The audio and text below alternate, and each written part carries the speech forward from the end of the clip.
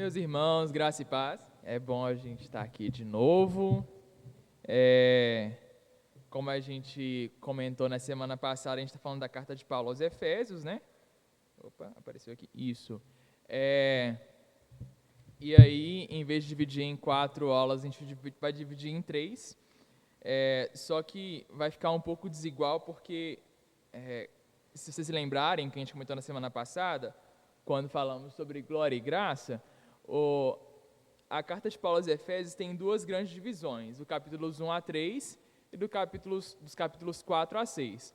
Do capítulo 1 a 3 fala da história do Evangelho e do 4 a 6 da nossa história. Então, do 1 a 3 ele dá bases teológicas e do 4 a 6 ele vai falar de como nós aplicamos todas as verdades que nós ouvimos do Evangelho. Eu achei mais prudente e mais adequado com as minhas limitações falar de um texto menor, que é até o final do capítulo 3. Então, hoje a gente continua um pouco com a questão da história do Evangelho que Paulo fala, né? Ele começa... Eu não vou ler o texto todo antes, porque a gente vai lendo o texto com o passar dos slides, tá bom? Mas hoje vai ser do capítulo 2, versículo 11, até o final do capítulo 3. É um capítulo e meio aí. E ele começa assim: portanto, lembrem-se que anteriormente vocês eram gentios por nascimento e chamados incircuncisão pelos que se chamam circuncisão, feita no corpo por mãos humanas, e que naquela época vocês estavam sem Cristo, separados da comunidade de Israel, sendo estrangeiro quanto às alianças da promessa, sem esperança e sem Deus no mundo. Então, quando ele começa com a palavra portanto, é interessante que a gente tem que ter alguma conexão com o texto anterior, já que portanto seria uma conjunção de conclusão. Tudo falei tantas coisas, elucubrei aqui, falei, portanto, em consequência disso, em decorrência disso, lembrem-se que vocês eram gentios por nascimento. E, se vocês lembrarem bem o que foi dito logo antes, a gente pode colar em Efésios capítulo 2, versículos 5 a 10, que ele fala sobre a salvação ser pela graça. Vamos focar aqui no versículos 8 a 10. Porque pela graça sois salvos por meio da fé, e isto não vem de vocês, é dom de Deus, não vem das obras para que ninguém se orgulhe, pois fomos feitos por Ele, criados em Cristo Jesus para as boas obras, previamente preparadas por Deus para que andássemos nela. Portanto, aí ele continua. Então, é meio que se ele estivesse, como se ele estivesse mostrando qual que é a extensão dessa graça. Porque se nós observarmos bem todo o Antigo Testamento, a salvação ela era clara apenas ao povo de Israel, e eles tinham algumas pistas de que a salvação era também para os povos fora de Israel. Só que Deus escolher Abraão. Por que Deus escolheu Abraão? Porque Deus quis. Não tem nenhuma outra explicação a não ser o próprio amor de Deus ao seu nome e a razão dele escolher um homem para dele fazer todas as famílias abençoadas na terra. Então, quando ele fala a Israel, por que eu escolhi vocês? Por amor ao meu nome. Não foi porque Israel tinha alguma característica especial, até porque Abraão era pagão, Abraão não era crente. Abraão é um convertido. Então, por que Deus soberanamente escolhe converter Abraão e fazer de Abraão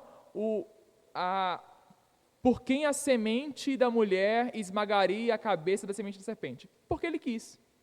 E ele escolheu, até um certo ponto, manifestar essa salvação apenas a Israel. Aí Paulo lembrem-se que antes vocês eram gentios por nascimento. Quem são gentios? Aqueles que não são judeus. Então vocês, gentios, vocês não eram parte da aliança. Vocês estavam à parte da aliança. Então, o que ele fala? No versículo 11 a 12, ele fala que eles estavam separados. Vocês estavam separados. Nos versículos 13 a 18, que a gente não leu ainda, ele vai falar que os gentios foram trazidos para perto. E nos versículos 19 a 22, ele vai falar como, após tendo sido trazidos para perto, os gentios são concidadãos e co-herdeiros com judeus.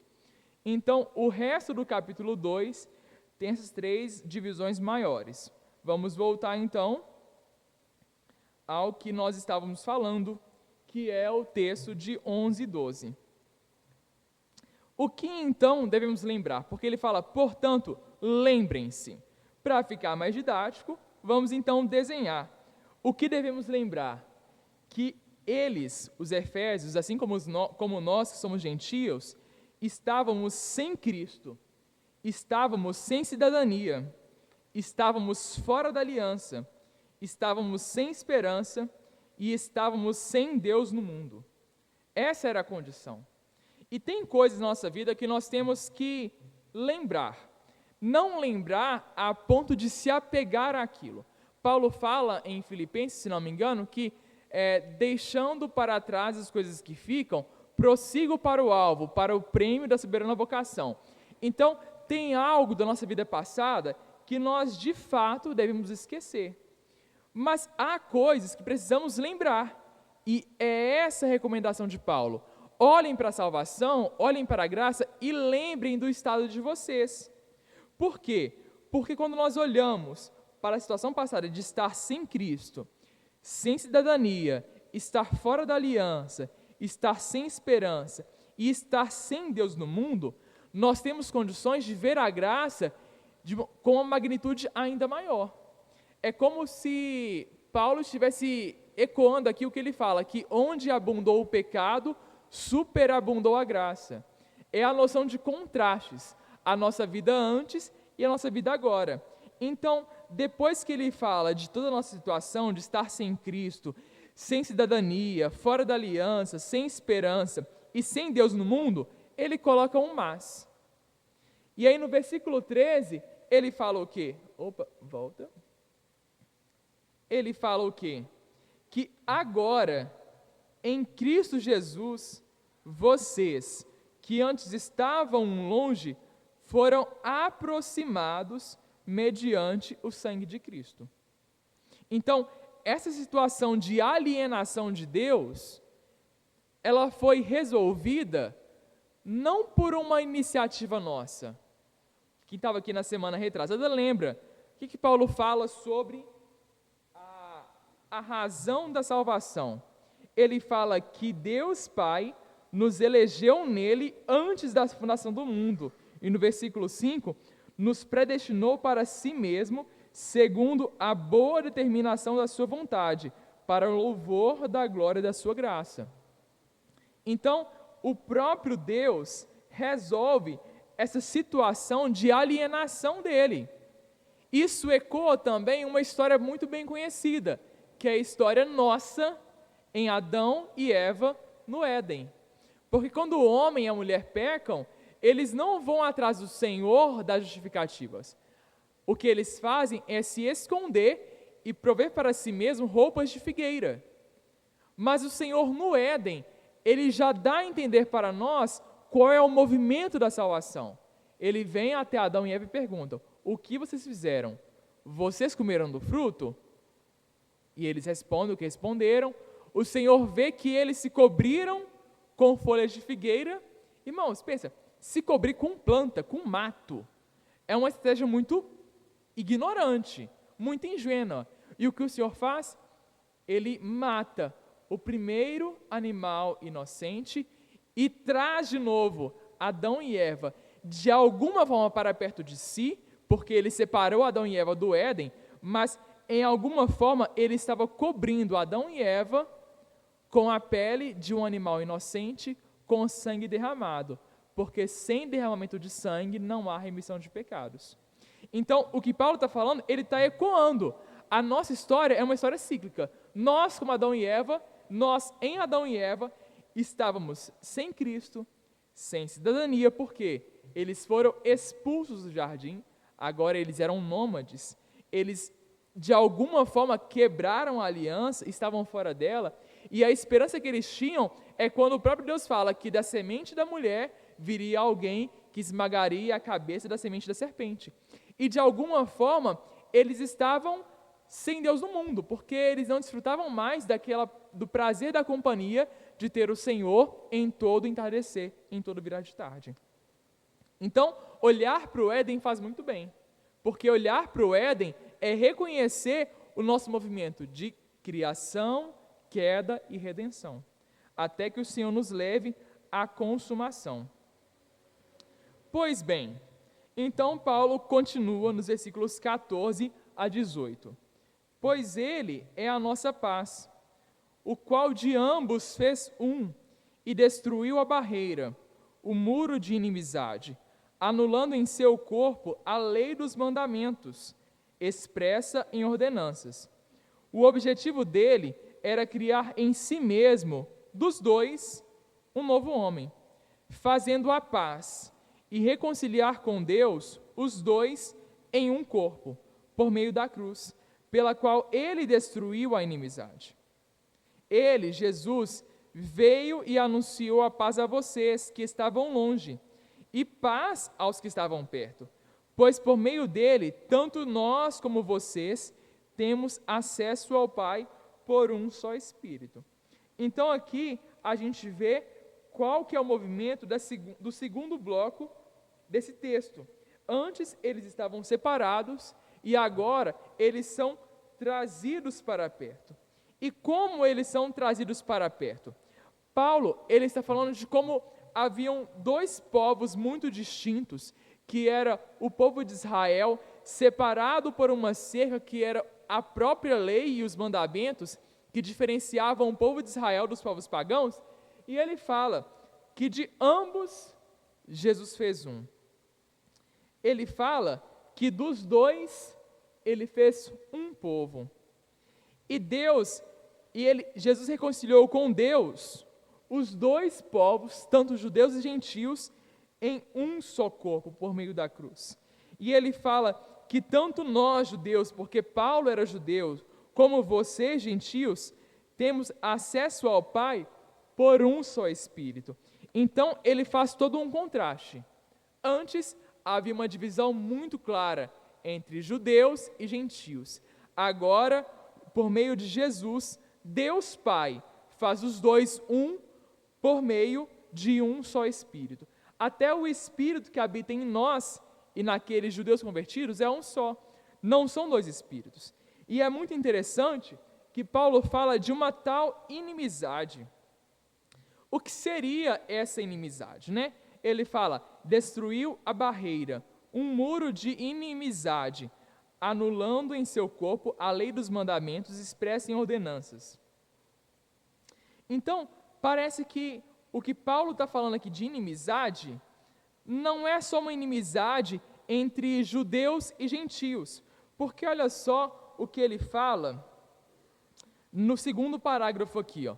Ele fala e reconciliar com Deus, os dois em um só corpo. Então, parece que há diferentes níveis de inimizade.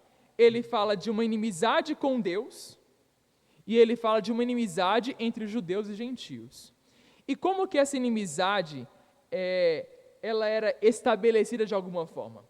Entre judeus e gentios, por meio da barreira da lei.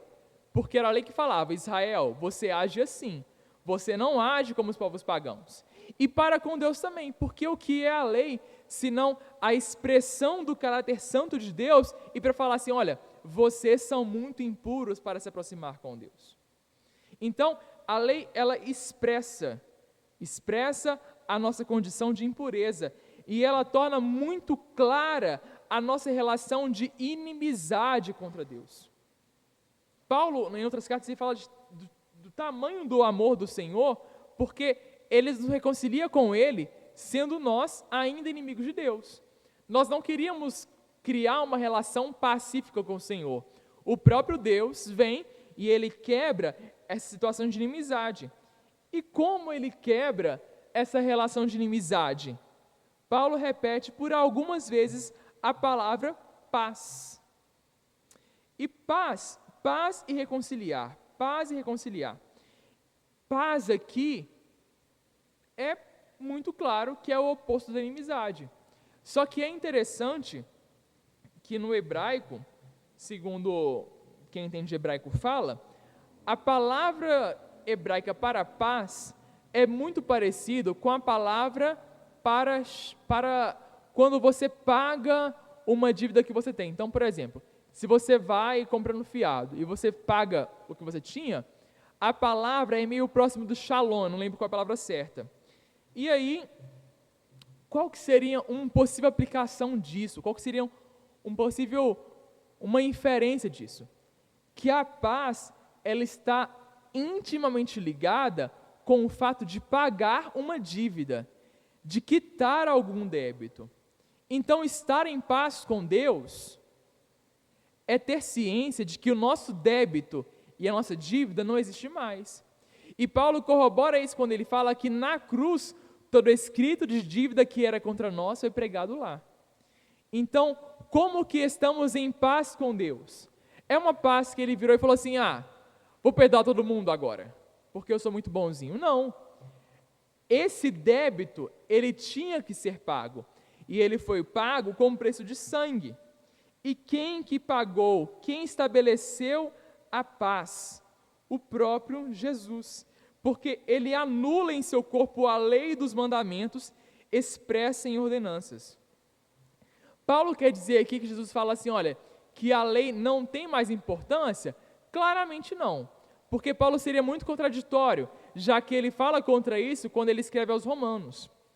O que poderia ser um possível significado que faz sentido quando ele diz que Jesus é a nossa paz e ele destruiu essa barreira, anulando em seu corpo a lei dos mandamentos expressa em ordenanças? Porque em seu corpo ele satisfez todas as exigências da lei. Então, em Cristo, tudo o que está escrito na lei, nos 10 mandamentos, foi cumprido. E por isso, essa barreira foi derrubada. Porque ele pagou o que nós deveríamos pagar. Então, de forma esquemática, o que seria? Nós temos essa barreira da inimizade que separava Deus, judeus e gentios. E então, Jesus, ele aparece na jogada. Não como se fosse algo assim, um plano B de Deus. Porque está escrito que Cristo é o Cordeiro imolado desde antes da fundação do mundo. Jesus não é o plano reserva de Deus. Não é um plano emergencial. É um plano elaborado desde a eternidade também. E quando Jesus vem, o que ele faz é desfazer esse muro de inimizade. Porque agora, para chegarmos a Deus, para não chegarmos a Deus, nós não precisamos mais de transpassar esse muro, porque na verdade ele já não existe. Qual era a forma de agradar a Deus no Antigo Testamento? Ou era obedecendo todos os mandamentos, ou sacrificando algum animal. Agora, a forma de nos conectarmos com Deus é por meio de Jesus, porque Ele é o caminho, Ele é a verdade e Ele é a vida. Só que mais interessante que isso, não bastante destruir o muro de inimizade que havia entre judeus e gentios e Deus, Jesus também, ele desfaz aquela divisão entre judeus e gentios e ele os torna juntamente corpo de Cristo. Então agora, não importa se você é circuncidado, se você tem um prepúcio cortado na carne, ou se você não tem, porque agora a circuncisão é feita no coração. A marca da aliança, da regeneração, é feita naqueles que recebem Cristo em seu coração. E agora, Jesus não é apenas uma pessoa que está distante do seu povo. Jesus torna o cabeça, porque nós somos o corpo, e o corpo obedece àquilo que a cabeça faz. Não bastante destruir o muro da inimizade e tornar judeus e gentios um só corpo, Paulo fala que nós temos agora acesso a Deus por meio de um só Espírito, por meio do Espírito Santo. Então Paulo está aqui ecoando o que ele falou no capítulo 1, porque nós discutimos como que a salvação é uma obra essencialmente da Trindade. Deus Pai, Ele abençoa, Ele elege, Ele predestina, tudo isso para o louvor da sua glória. Deus Filho nos redime, Ele derrama o seu sangue e Ele nos dá o perdão dos pecados. E o Espírito Santo, ele é o penhor, ele é o selo, ele é o Espírito da promessa. Então, o que Paulo fala agora aqui é que a Trindade não é apenas algo externo que planeja e executa a salvação. Paulo está falando que agora nós somos incluídos nessa relação trinitária. Então, Deus Pai, Filho e Espírito Santo já não é uma realidade distante, é uma realidade na qual nós somos incluídos. E esse é o propósito de Deus, que nós fôssemos novamente juntados a Ele, já que nós, em Adão, quebramos a aliança e estávamos sem Deus, sem esperança, sem cidadania e sem Cristo. E agora nós somos parte da Trindade. E é por isso, meus irmãos, que somos batizados em nome do Pai, do Filho e do Espírito Santo. Nós não somos batizados em nome de Jesus, ou em nome do Espírito, ou em nome do Pai. Nós somos batizados na Trindade, porque Jesus é o cabeça da igreja, e essa igreja, por meio do Espírito, tem agora acesso ao Pai. Esse é o mistério da salvação. Esse é o mistério que o Senhor tornou revelado com o passar dos tempos. E é interessante que a palavra Trindade não está na Bíblia. Não é algo que está escrito. Então, isso até levanta alguns questionamentos, falando se a Trindade é algo bíblico ou não, etc. e tal. A palavra Trindade, se não me engano, foi algo cunhado ali em 200 ou 300 depois de Cristo, porque eles foram observando que havia meio que uma equivalência entre três pessoas, embora elas tivessem papéis diferentes, funções diferentes. Então eles viam que eram pessoas diferentes, mas para as Escrituras eles estavam em pé de igualdade. E daí então nós entendemos o que é a Trindade. É como se a Trindade fosse um sal dissolvido na água. E aí, para separar o sal da água, a gente tem que ferver a água, passar por todo um processo lá químico de ebulição, esqueci agora os nomes porque tem muito tempo que eu não estudo química, pelo menos uns 6 anos e meio. Então, parece que a Trindade é algo que está cristalizado e dissolvido nas Escrituras. E aí, após esse processo de ebulir a água, a gente percebe que há algo ali que é a Trindade. Então, é um nome que a gente dá para aquilo que estava ali sistematicamente exposto na Bíblia. A gente vai chegar, então, à terceira parte do bloco de Efésios 2, 11 ao 22. E ele usa de novo a palavra portanto. Eles vão, portanto, no 11 falando, vocês entenderam a salvação, então, portanto, lembrem-se que estavam separados, vocês eram inimigos, vocês eram gentios, e agora são um apenas com os judeus. Portanto, de novo, vocês já não são estrangeiros nem forasteiros, mas concidadãos dos santos e membros da família de Deus, edificados sobre o fundamento dos apóstolos e dos profetas, tendo Jesus Cristo como pedra angular, no qual todo edifício é ajustado e cresce para tornar-se um santuário santo no Senhor.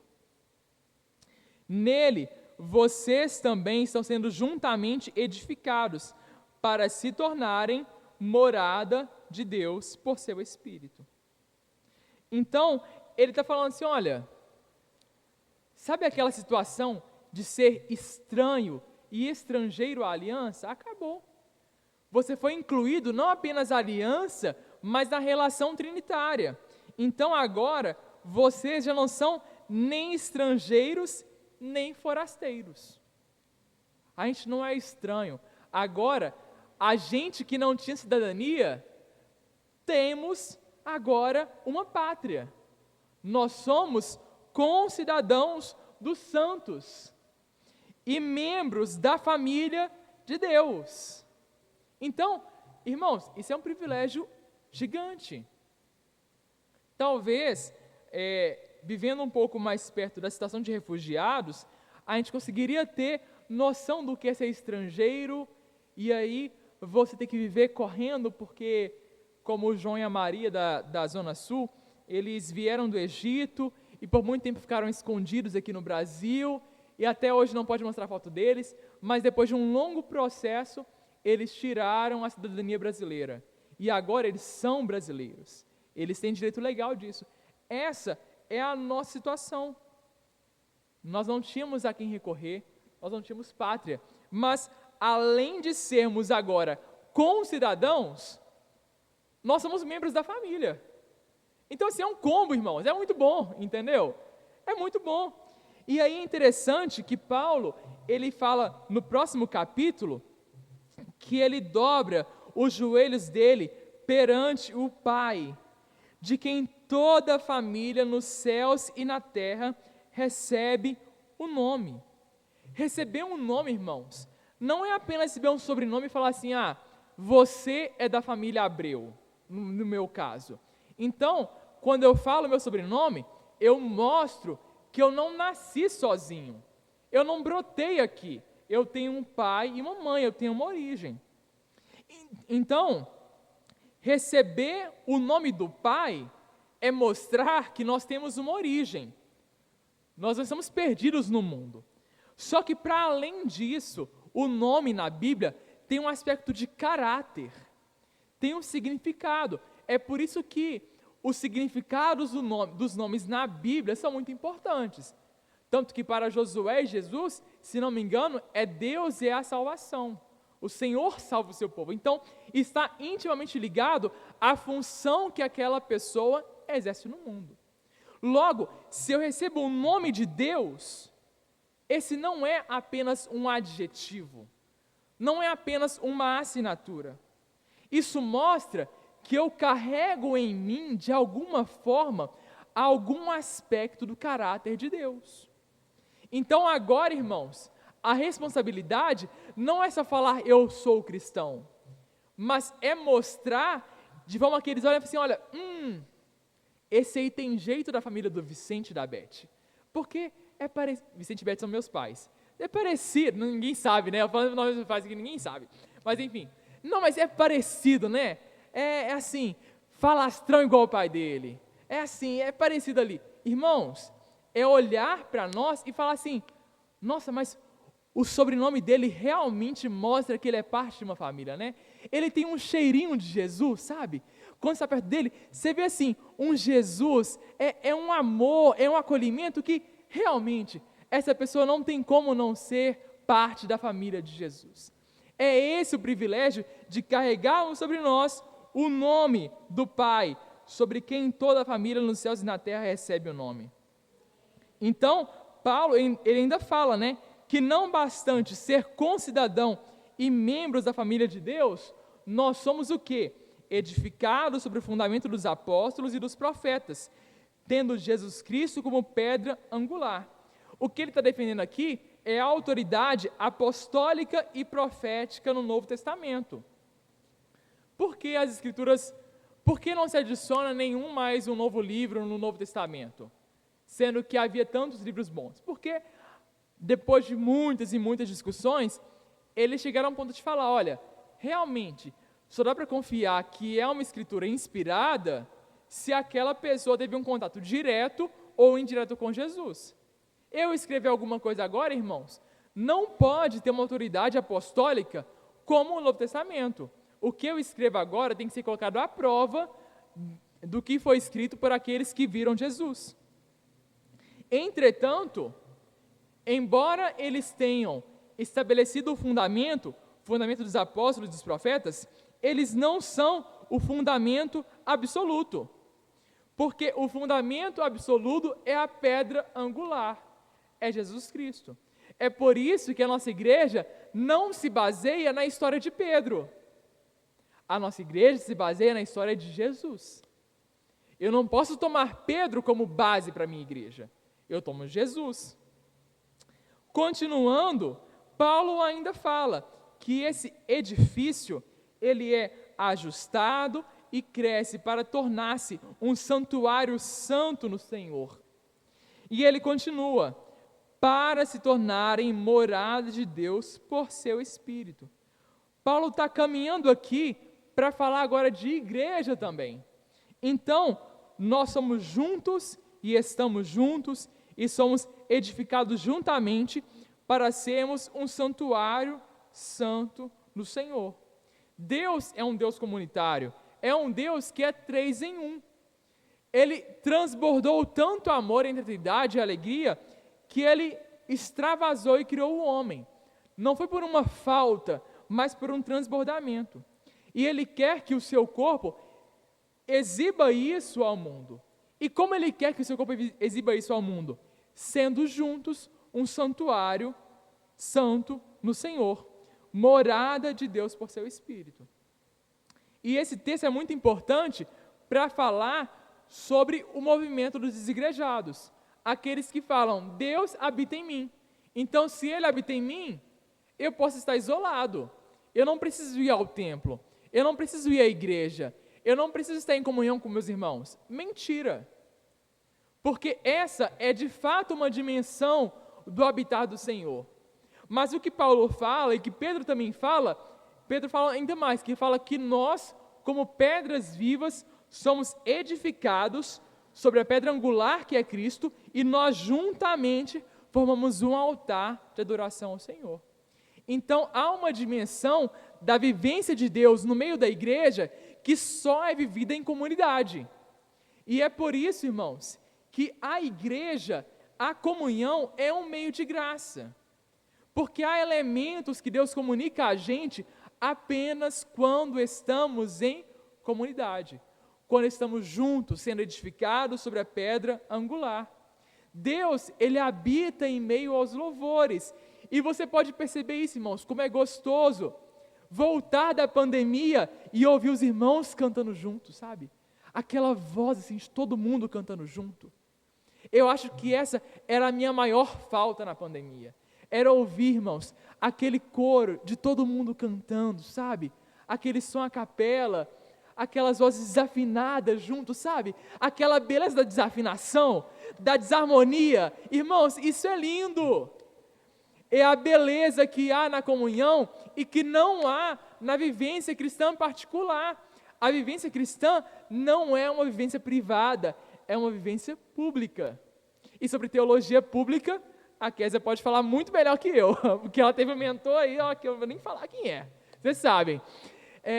Então, é esse aspecto, irmãos. É pensar que nós éramos estrangeiros, não tínhamos família, mas agora temos cidadania, temos uma família, recebemos um nome que é mais que o sobrenome, é um nome que traz caráter, e com isso, nós somos corpo, nós somos edificados conjuntamente, para que nós mostremos ao mundo que o Senhor habita em nós. E é muito interessante pensar na questão do corpo, como que o corpo, ele tem um sangue que passa por todo ele tem impulsos nervosos que, embora diferentes raízes, tem que correr por todo o corpo, irmãos. E é a cabeça que emite esse comando, é o próprio Cristo que emite esse comando. Então, não há opção para você estar fora do corpo. Se você tem pensado em dar uma escapada da igreja, saiba que você vai morrer. Quer um exemplo? Bem prático, corta o seu dedo, entendeu? Pensa aí, chega em casa, corta o seu dedo e deixa ele lá fora. Além de doer, o seu dedo vai morrer. E assim será com você. Então, não pense que a sua vivência particular, que vai te poupar dos aqueles desarranjos, sabe, de vivência em comunidade, de ter que lidar com o defeito do outro, de ter que lidar com o pecado do outro. Não pense que viver sozinho vai ser melhor que isso. Não vai. Porque viver sozinho, você vai ter que lidar apenas com o seu pecado, com o seu defeito. E eu te garanto que viver com o nosso pecado e o nosso defeito é muito pior. Porque não tem para onde fugir. Como é que eu fujo do meu defeito? Onde eu vou, eu estou. Entendeu? Então, não dá não, entendeu? Onde eu vou, eu estou. Irmãos, tem hora que eu me canso de mim mesmo. Eu falo assim, Deus, socorro, não estou aguentando. Porque não tem como fugir de mim. Entendeu? Então, pelo menos na igreja, você sai um pouquinho, você esquece, sabe? Dá uma espairecida. Mas sozinho não tem como. E lidar, irmãos, com o defeito do outro, com o pecado do outro, é um meio que o Senhor trabalha em nós também. Porque a ira que nós temos com o defeito do outro, com o pecado do outro, mostra muito mais sobre os nossos ídolos do que sobre o pecado dele, sabe? Então, não menosprezem o benefício da comunhão. Amém? Então, agora que a gente falou do capítulo 2, a gente vai para o capítulo 3. E aí parece que o tom de Paulo muda um pouco, porque até aqui no capítulo 2, ele fala de verdades teológicas, de forma até próxima, mas nem tão próxima assim, e parece que agora ele se envolve de fato com aquilo que ele está falando. Tem uma coisa assim, pessoal. E ele começa do seguinte jeito: por essa razão, eu, Paulo, prisioneiro de Cristo Jesus, por amor de vocês gentios, certamente vocês ouviram falar da responsabilidade imposta a mim em favor de vocês pela graça de Deus, isto é, o mistério que me foi dado a conhecer por revelação, como já lhes escrevi brevemente. Quando Paulo escreveu a carta aos Efésios, ele estava numa condição de prisão domiciliar. Então ele podia andar ao redor de sua casa, com os guardinhas lá observando ele, e à noite ele era colocado sob correntes. Por quê? Para que ele não fugisse e ele de fato fosse ao julgamento perante César. Então, como que ele se descreve, né? Ele se descreve como prisioneiro de Cristo por amor de vocês gentios. Mas percebam que parece que está faltando alguma coisa nesse texto. Ele fala assim, olha, por essa razão, eu, Paulo, prisioneiro de Cristo Jesus, por amor de vocês gentios. Aí você espera que ele fale alguma coisa, tem um travessão, e ele introduz um outro assunto. Ele fala, certamente vocês ouviram falar da responsabilidade imposta. Então, tem uma ruptura aí. Parece que Paulo faz um parênteses. E esse parênteses vai acabar lá no versículo 13. Por quê? O que está escrito no versículos 13 a 15? Portanto, então tem uma nova questão de conclusão. Então, ali do 2 ao 12 tem alguma coisa. E a conclusão é, peço-lhes que não se desanimem por causa das minhas tribulações em seu favor, pois elas são uma glória para vocês. Por essa razão, ajoelho-me diante do Pai, do qual recebe o nome toda a família nos céus e na terra. Então, parece que todo o texto, até o versículo 13, é um esforço de Paulo para que os irmãos não se entristecessem por seu sofrimento apostólico. Mas por que se entristecer? Irmãos, pensem em vocês, que o pastor Wellington, que tenha evangelizado todos vocês um dia, ele veio de uma outra cidade, ele veio aqui, pregou para vocês, ele ficou 2 anos e meio por aqui, e eis que os policiais da cidade prendem ele, porque o que ele fazia incomodava o comércio local, e além de prender ele, ele passa por uma série de açoites, e ele está prestes a ser julgado no STF por uma coisa que ele é inocente. Parece que dá uma sensação de culpa, sabe? Ele foi preso por minha causa, ele foi preso porque ele pregou o evangelho para mim, então se não fosse por mim, ele não estaria preso. E Paulo fala assim, olha, não é assim, calma. Por quê? O que ele fala no versículo 1, Paulo, prisioneiro de Cristo Jesus. Antes de Paulo se reconhecer como um prisioneiro de Roma, ele se reconhece como um cativo a Cristo. E é um cativeiro no qual ele se oferece. Então ele está falando assim, olha, não se preocupem, não foi por causa de vocês que eu fui preso. Eu fui preso por causa de Cristo Jesus. Jesus é a razão da minha prisão e eu sou prisioneiro dele por amor de vocês, gentios, aqueles que não faziam parte da aliança. E ele continua, vocês sabem de que eu tenho uma responsabilidade que foi imposta a mim em favor de vocês. Até aquele momento, não havia um apóstolo direcionado aos gentios. E Paulo é a pessoa mais improvável a pregar aos gentios. Por quê? Porque ele era judeu de judeus. Paulo era a pessoa perfeita, irmãos, perfeita para argumentar com judeus e converter judeus. O que o Senhor faz? Pega ele e fala assim, olha, beleza, vai pregar para gentios.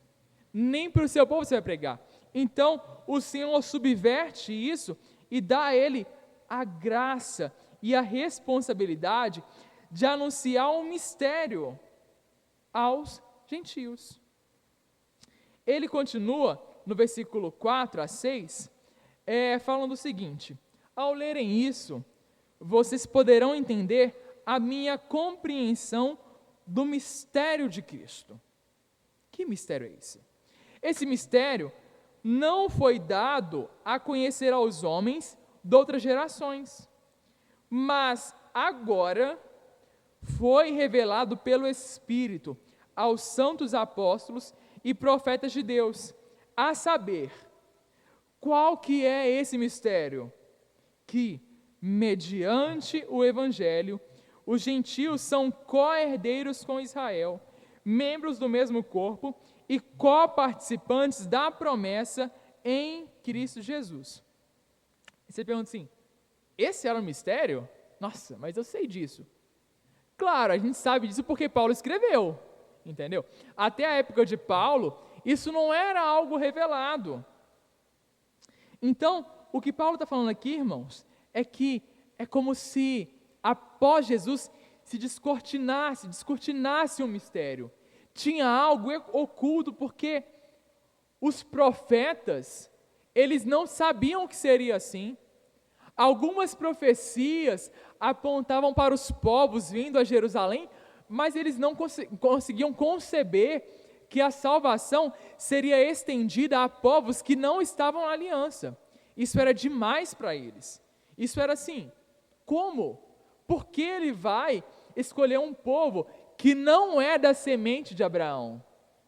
Um povo que não é filho de Abraão pela carne e pelo sangue. Paulo fala que agora, naquele momento, o Espírito Santo revelou aos santos apóstolos e aos profetas.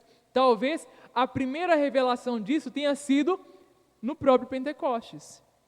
Porque ali no Pentecostes, homens leigos que não sabiam falar, começam a falar em outras línguas, línguas que eles desconhecem, eles não tinham ciência do que estavam falando, mas não era uma exibição do poder de Deus. Eles falavam em outras línguas, línguas que outras pessoas, visitantes de Jerusalém, entendiam. Então, é como se eles estivessem anunciando a povos que estavam vindo a Jerusalém, que a salvação também era para eles. Talvez uma segunda mostra de que a salvação também era aos gentios, é quando Pedro tem a visão, que desce o lençol, e tinha lá o porco e tudo mais, e Pedro fala, não vou comer, isso é impuro. E o Senhor fala, Pedro, não chame de impuro aquilo que eu purifiquei.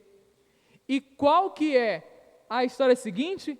Pedro vai e praticamente colhe a salvação de Cornélio, porque ele não pregou.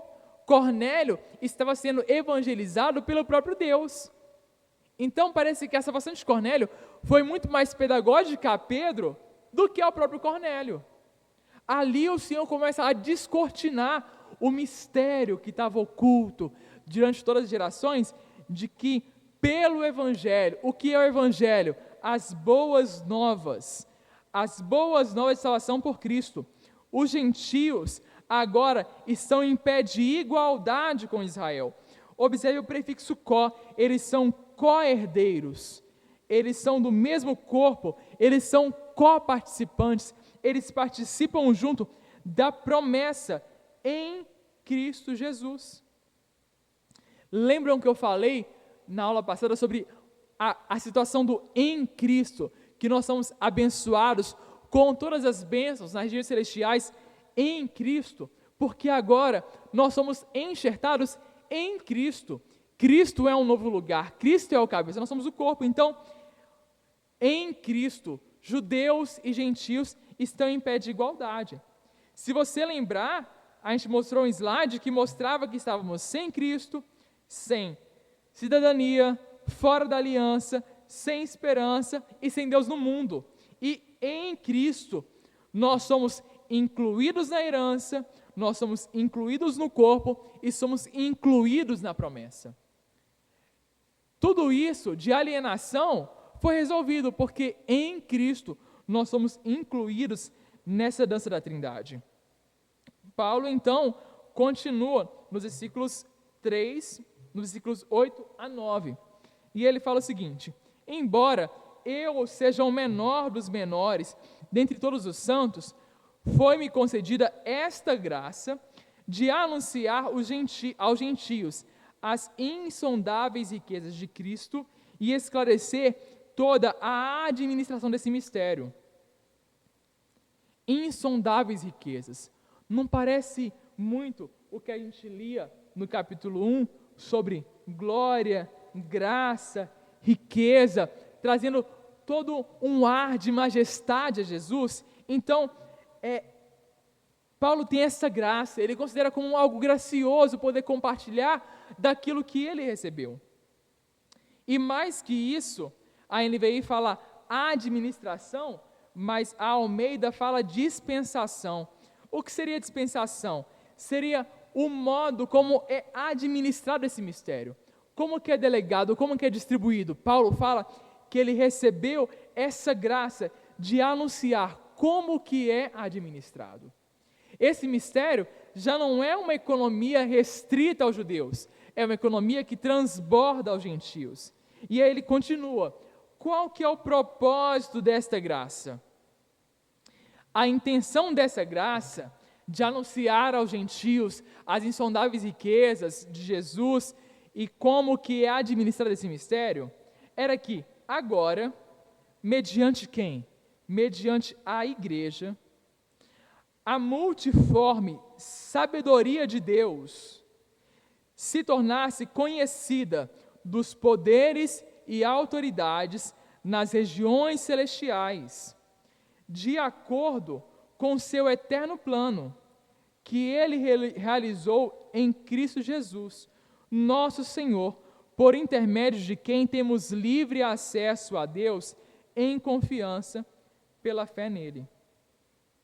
Observe que ele coloca assim, olha, se tornasse conhecida.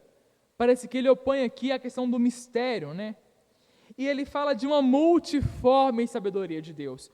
O que seria essa multiforme? Seria algo complexo, algo intrincado, algo que você não consegue entender claramente, que tem várias formas e que tem uma grande beleza. Talvez o que Paulo quer dizer aqui é ter a mesma sensação, sabe, de olhar para um pôr do sol lindo, uma bela paisagem e não conseguir mensurar todas as variáveis que faz aquilo muito belo e muito grandioso, e a única reação é suspirar e admirar a beleza do pôr do sol, a beleza de uma praia, a beleza de uma cachoeira. Muito mais superior a isso é a multiforme sabedoria de Deus. Deus foi muito sábio em administrar e em dispensar essa graça.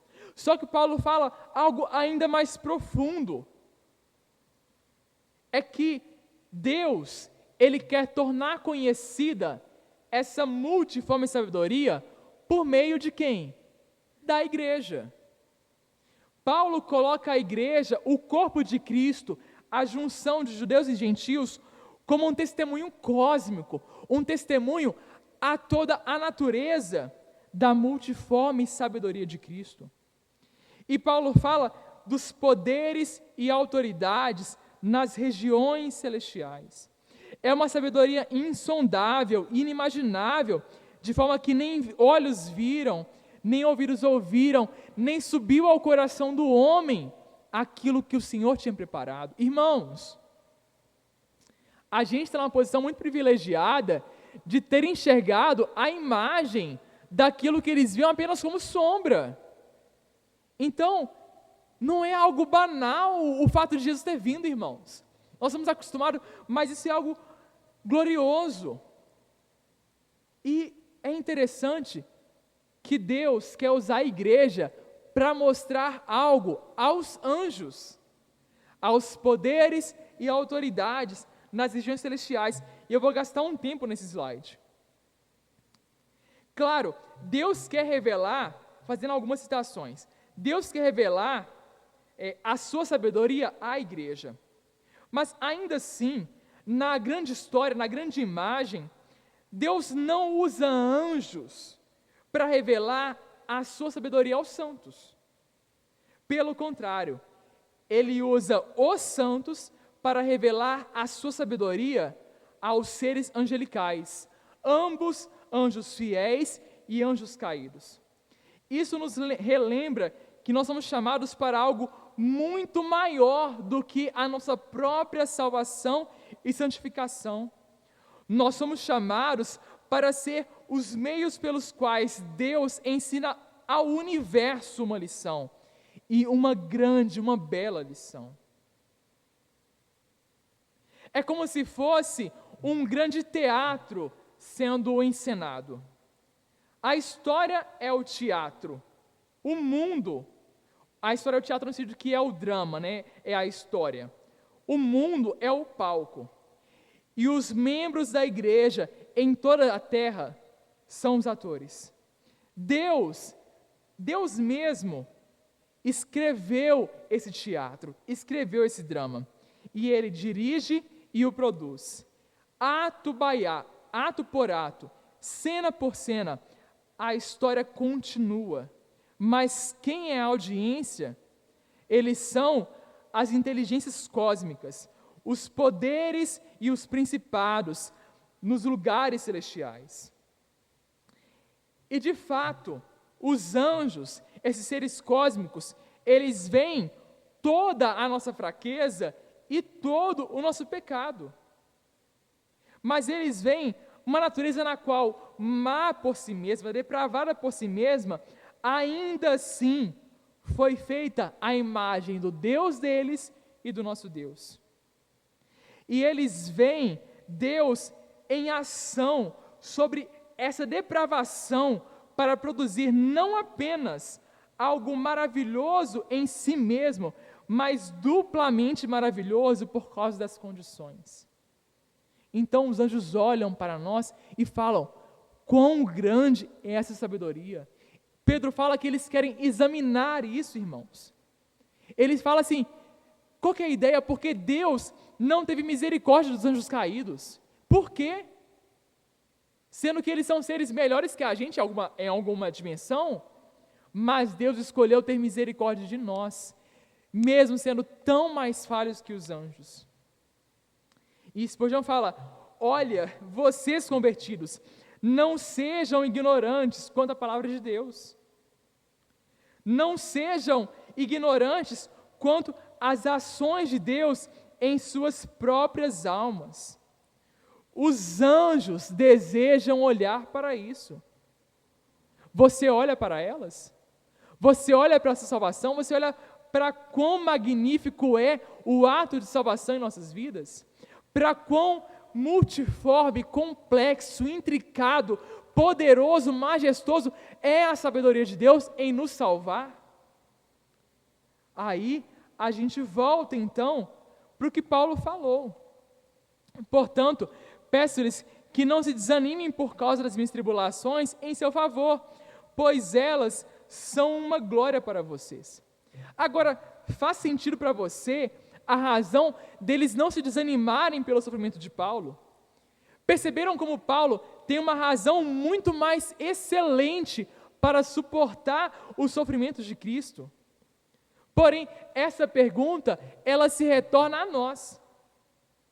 Tudo isso que Paulo falou é, de fato, uma razão sobreexcelente, o suficiente para nós nos dispormos a sofrer por amor ao Evangelho? Qual é o tipo de sofrimento que estamos dispostos a passar por causa da glória do Evangelho? Porque para Paulo, as suas tribulações eram uma glória, era uma majestade para os efésios. Glória, majestade e peso, irmãos. O nosso sofrimento, ele é ressignificado quando vemos que a nossa leve e momentânea tribulação produz para nós um peso eterno de glória. E é por isso, irmãos, que nós nos gloriamos das tribulações, nos sofrimentos, nas tentações, nas provações, nas fraquezas. Porque embora nós não vejamos nessa dimensão, há algo muito grandioso sendo anunciado no universo, sendo ensinado aos anjos. É por isso que temos que ter muito cuidado, irmãos, quando nós repreendemos o sofrimento em nome de Jesus. Quando nós não queremos sofrer por amor a Cristo. porque isso é uma influência de uma teologia que enfatiza muito a pessoa que é vitoriosa sempre, aquele que está sempre por cima, aquele que é cabeça e não é cauda, aquele que está em posições de destaque e não está em situações de cargos que não são valorizados. Irmãos, esse não é o Evangelho. O Evangelho é o Evangelho que ensina por meio do sofrimento, que aprende a obediência por meio do sofrimento, porque Cristo, sendo Deus, aprendeu a obediência por meio daquilo que sofreu. Irmãos, se o Jesus, o Deus, sofreu, você acha que eu e você, pé rapado, não vamos sofrer? Qual a chance? Qual a chance, irmãos? Não tem, não existe. O que cabe a nós é abraçar essa realidade, irmãos, de anunciar ao mundo a multiforme sabedoria de Deus. Para quê? Para louvor da glória da sua graça. Esse é o movimento da Trindade e esse é o movimento do crente. Por essa razão, ajoelho-me diante do Pai, do qual recebe o nome toda a família nos céus e na terra. Oro para que, com as suas gloriosas riquezas, Ele os fortaleça no íntimo do seu ser, com poder, por meio do seu Espírito, para que Cristo habite em seus corações, mediante a fé. E oro para que vocês, arraigados e alicerçados em amor, possam, juntamente com todos os santos, compreender a largura, o comprimento, a altura e a profundidade, e conhecer o amor de Cristo, que excede todo o entendimento, todo o conhecimento, para que vocês sejam cheios de toda a plenitude de Deus. Então, Paulo tem duas principais orações. A primeira é que, pelo Espírito Santo, o nosso ser interior, o nosso homem interior, fosse fortalecido. Com qual propósito, irmãos? O propósito é que Cristo habite em nosso coração mediante a fé. E é interessante, Paulo fala que é segundo as gloriosas riquezas de Jesus. Não é uma miserinha, sabe? Não é alguém que tem pouca condição para dar. É alguém que tem gloriosas riquezas. E porque não há nenhum bem que Cristo não possa nos dar. Só que Deus sabe, Jesus sabe que não há nada mais precioso que pode nos ser dado do que Ele mesmo. É por isso que Ele se nos dá. Ele se entrega por nós. E quando Paulo fala, habite em seu coração, não é uma palavra usada para um estranho que vem e paga um aluguel na casa, e aí de repente ele sai. Não, é uma habitação permanente. É alguém que vem e tem intenções e planos de ficar permanentemente. Essa é a oração de Paulo. Paulo ora para que nós não sejamos como a igreja de Laodiceia, que o Jesus tem que estar do lado de fora da igreja, batendo a porta e falando, deixe-me entrar para cear com vocês. Paulo fala, não, eu oro para que o Espírito Santo dê força para que o próprio Cristo, trinitariamente, ele ora ao Pai, para que o Espírito faça Cristo habitar em nosso coração. E ele faz uma segunda oração, ele fala que arraigados e alicerçados em amor, nós possamos compreender a largura, o comprimento, a altura e a profundidade. E além disso, conhecer o amor de Cristo que excede todo o conhecimento, com um só propósito. Qual propósito? Ser cheios de toda a plenitude de Deus. Ele fala que, para conhecermos isso, nós temos que estar arraigados e alicerçados. Arraigados como uma planta que tem raízes profundas e alicerçados como um edifício que está firme sobre uma base. Não é um edifício construído sobre areia, que vem a tempestade, as tribulações da vida e derruba aquela casa. Não, é algo que está bem alicerçado em quê? Em amor.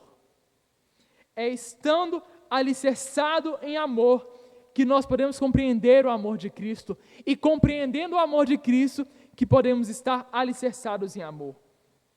E é interessante que ele fala de largura, comprimento, altura e profundidade, como se o amor de Jesus fosse algo sólido, algo que eu palpasse, algo tridimensional, porque para Paulo, o amor de Jesus é algo real.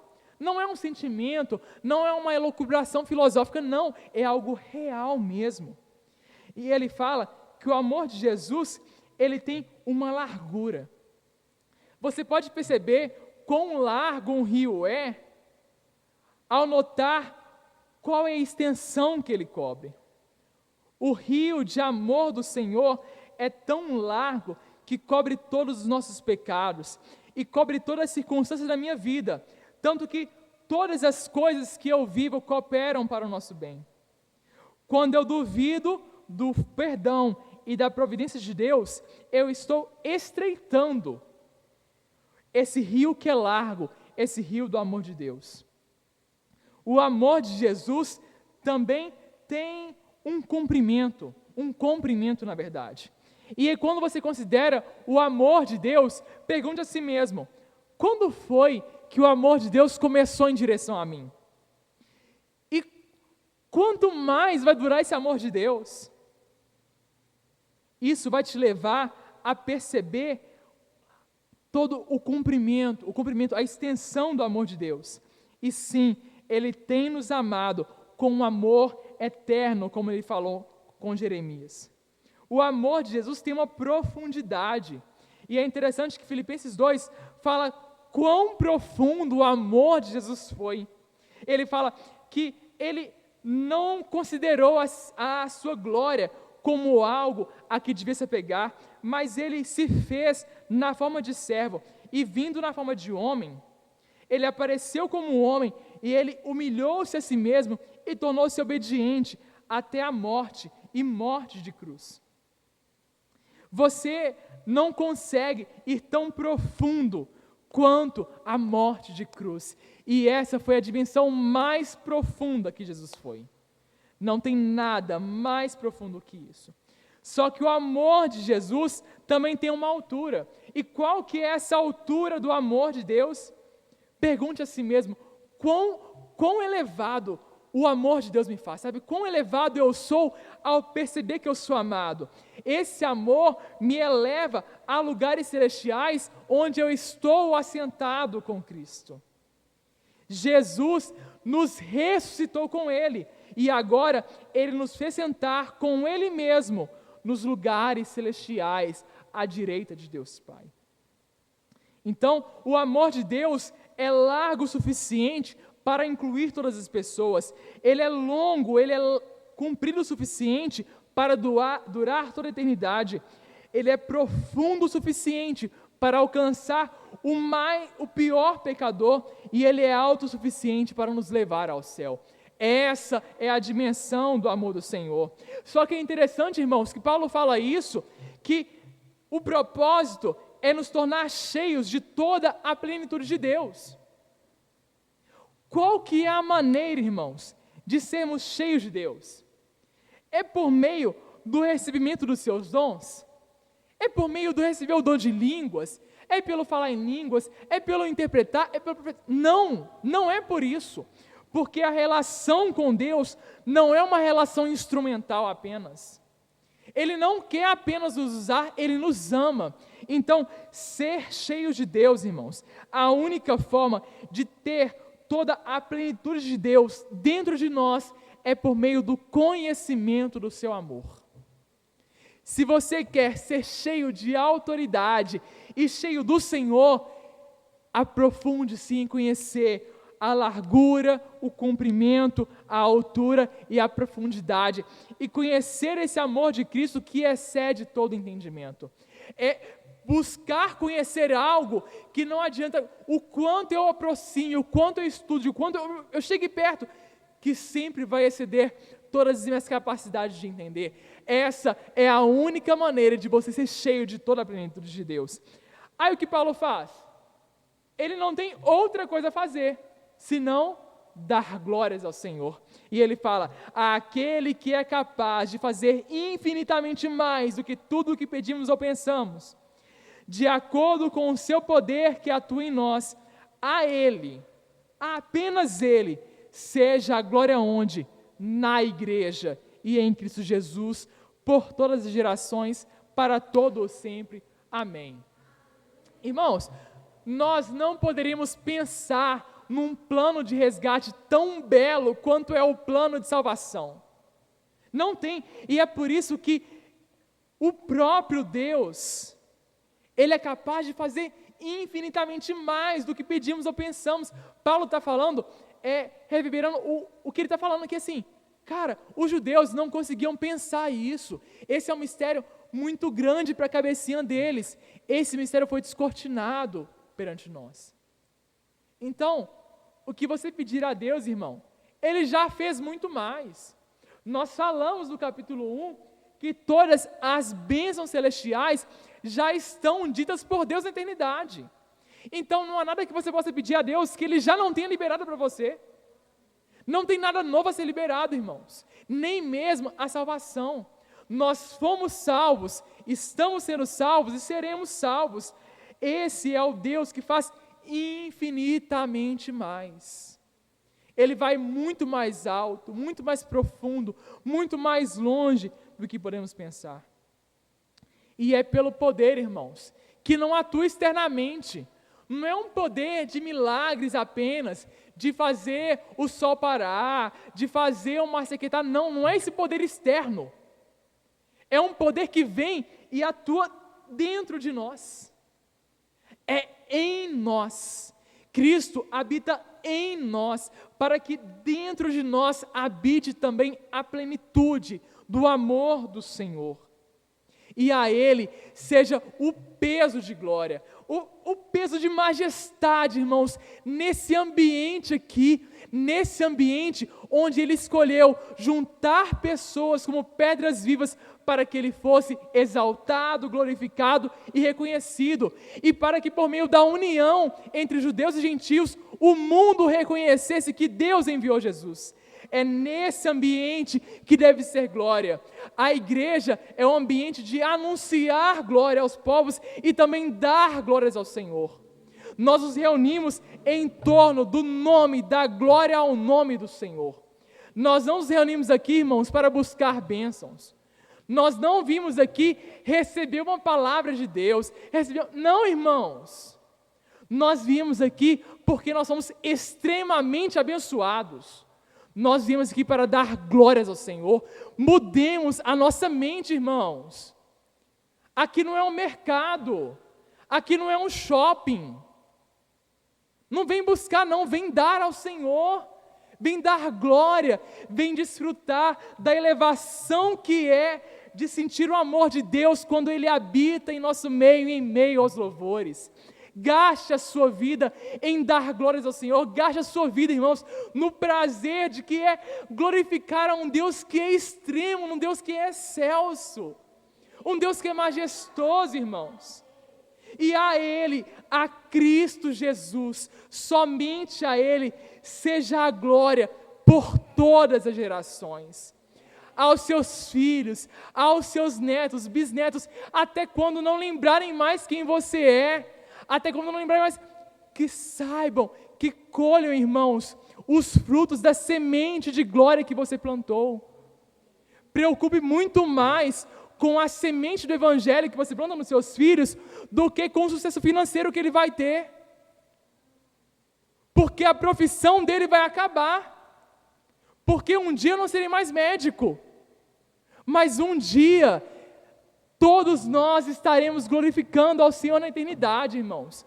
A única atividade que não cessa no universo é a glória ao Senhor. Então não perca tempo com coisas que vão acabar. Envolve um movimento que vai eternidade, irmãos. Pregação vai acabar. Para que pregar no céu? Para que expor a Bíblia? O próprio Deus vai estar lá. Vou falar de quem? Não tem graça, entendeu? Não tem graça, mas a adoração não acaba. Então a Ele, irmãos, não é só por todas as gerações, não é só até o Apocalipse, é para todo sempre. E que nós possamos dizer como Paulo, amém, assim seja. Glória, pois, ao Senhor, irmãos. No início da aula passada, eu falei que Paulo, ele começa com bendito seja Deus e Pai. E a adoração de Paulo, ela é motivada pela salvação, e quando ele estuda a salvação, ele dá glória. É um ciclo virtuoso. É glória e graça, graça e glória. Como Paulo fez, é uma reverberação da sua história de salvação. Então, pensar em relação com o próximo, relação com o esposo, esposa, relação com os filhos. Qual que é o modelo? O modelo de salvação, a história de salvação. A Ele, pois, seja glória em nossas relações. Porque não há mais, irmãos, muros de inimizade. Não há mais. A nossa relação entre nós aqui, ela agora tem um vínculo do amor, porque nós somos amados antes. Então, pensem nisso, irmãos. Se motivem pela história de salvação e deixem, irmãos, essa história de salvação transbordar o seu coração. Fala assim, cara, eu não me aguento de pensar na salvação. Eu não me aguento porque, o que eu faço com isso, sabe? O que eu faço com Deus maravilhoso? O que eu faço? Não tem como. Não tem como. Irmãos, vamos viver essa dimensão de maravilhamento diante da multiforme sabedoria de Deus em nos salvar. Amém? Vamos orar? Deus Pai Todo-Poderoso, quão amáveis são seus tabernáculos, Senhor. Quão amável, Pai, é estar onde o Senhor habita, Pai. Quão amável é estar dentro da sua igreja, como parte do corpo de Cristo, Pai. Quão amável é, Senhor, experimentar dentro de nós a plenitude do amor de Cristo. A plenitude desse amor que transborda e a gente não sabe o que fazer com tudo o que o Senhor faz dentro de nós, porque é tão grande, Senhor. É tão grande que não nos cabe. É tão grande que não nos cabe, e por não nos caber, nós temos que viver em comunidade, Senhor, porque não há um espaço tão grande o suficiente para caber o amor do Senhor. Espírito Santo de Deus, ajude-nos, Senhor, e vincule-nos, Pai, pelo amor a Ti. Vincule-nos, Pai, a um amor profundo ao Senhor, Pai. Destrua, Pai, barreiras de inimizade que possam haver nessa comunidade, Pai. Eu te peço, Pai, que nessa noite o Senhor venha destruir, Pai, divisões que possam haver aqui, Pai. Se há facções, Senhor, que o Senhor destrua hoje pelo poder do sangue de Jesus, Pai, porque não há mais inimizade entre nós e entre o Senhor. Jesus, obrigado pelo tamanho desse amor que nos transborda, Jesus. Obrigado por fazer muito mais que a gente consegue pensar ou pedir. Obrigado, Pai, por liberar tantas bênçãos celestiais, antes mesmo de pensarmos em pedirmos ao Senhor. Deus, ajude-nos, Pai, a entrar e embarcar, Senhor, de corpo e alma, na história da glória da sua graça, Senhor. Ajude-nos para embarcar nesse movimento de anunciar, Pai, a todos os povos a glória ao nome do Senhor, Deus. Que esse bairro, que essa comunidade, Pai, que o mundo possa reconhecer que Cristo foi enviado pelo amor que é em nós, que é gerado pelo senso de comunidade em nós, Senhor. Em nome de Jesus, Pai, perdoa-nos, Pai, por não Te amar como deveríamos, Senhor. Perdoe-nos, Pai, por perdermos tanto tempo com coisas que são tão assim, curtas, Pai. Perdoe-me, Pai, por todo o tempo negligenciado, Pai, de devocional, Senhor. Perdoe-me, Pai, por todo o tempo que eu me apego tanto mais, Deus, a confortos tão passageiros, Senhor. Coisas tão assim, que não satisfazem a alma, Deus. Perdoe-nos, Pai. Perdoe-nos, Pai. E eu te peço, Deus, que o Senhor sonde nosso coração e nos conheça, Pai. Veja, Pai, todos os caminhos maus que há no nosso coração, Pai, e guia-nos, Pai, pelo caminho eterno, o caminho que nos guia, Pai, à vida eterna, Senhor. Em nome de Jesus Cristo. Amém.